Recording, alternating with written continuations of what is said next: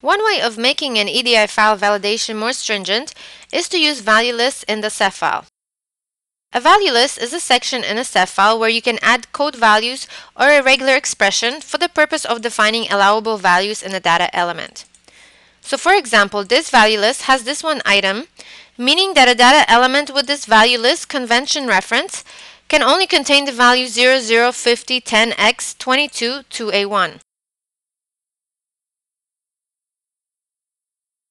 Here is another example of a value list, but instead of a list of items, it contains a mask expression for a date format.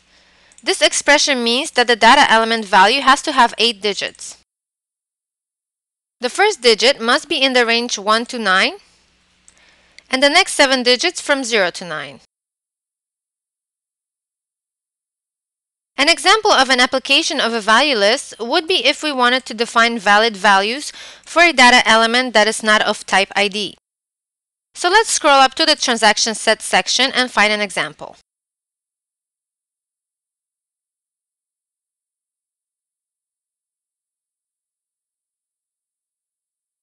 Okay, let's use this data element. If we wanted this data element to have only numbers 1, 2, and 3 as its valid values, we would do the following. First, we have to create the value list.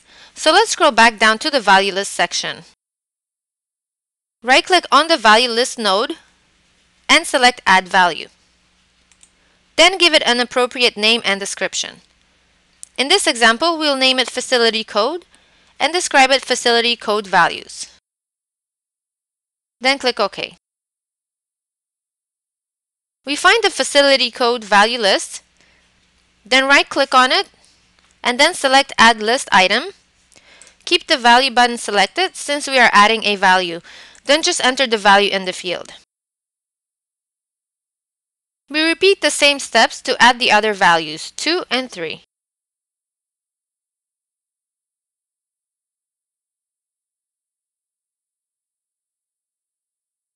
Once we are done, we can expand the Facility Code Value list to view the list of items we just added.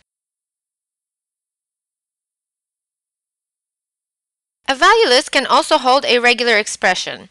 So just for demonstration, I'll create another Facility Code Value list with a regular expression that will do the same thing. We take the same steps as before to add a value list, but for this example, I'll name it Facility Code 2 and describe it Facility Code Values expression.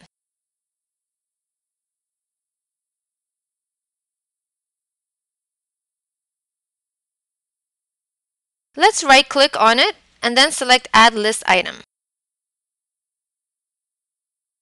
This time we select the regular expression button.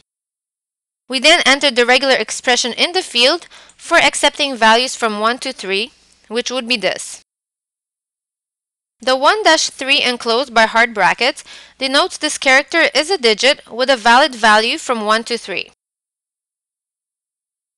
The caret sign and $sign in the beginning and end of it respectively indicates no other character precede or follow this one digit.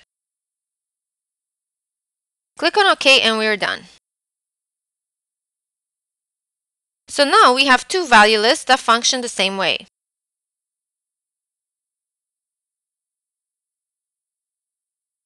Okay, now that we've created the value list, our next step is to apply it to the data element. So let's scroll back up to the data element in the transaction sets directory section. Here's the data element where we will use the value list. Note that its data type is alphanumeric and not of type ID. Therefore, we could not simply use a code list here. Also note its location. It is in data segment SV1 with ordinal number 713. And the data element itself is in position 5. These coordinates will get logged under the value reference section. So to apply the value list to this Facility Code Value data element, we simply right-click on it and select Add Value Reference. Then on the Value Reference drop-down box, we find and select the value list we want to apply to this data element. For this example, I'll select Facility Code. Click on OK. And we can expand the value list to see the items it contains.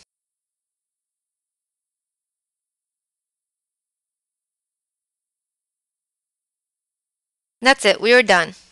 If we scroll down to the value reference section, just above the value list section, and expand it, then look for the value list facility code, we can see where it has been applied. In element position 5, in data segment with ordinal number 713, in transaction set 837.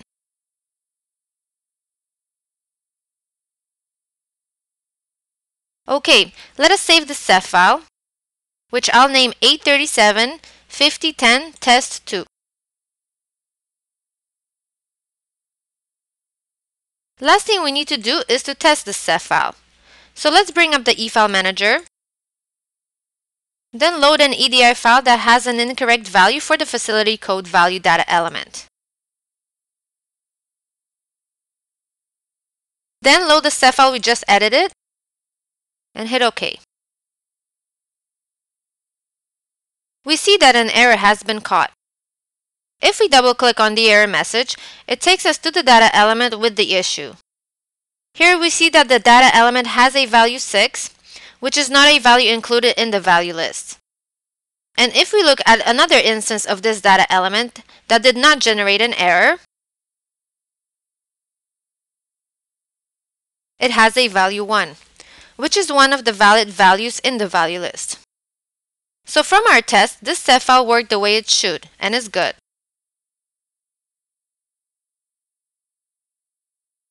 And that's how easy it is to use value lists in your SEF file to make your EDI file validation a little more accurate. For more about SEF files and EDI file validation, please visit our website at www.edidev.com.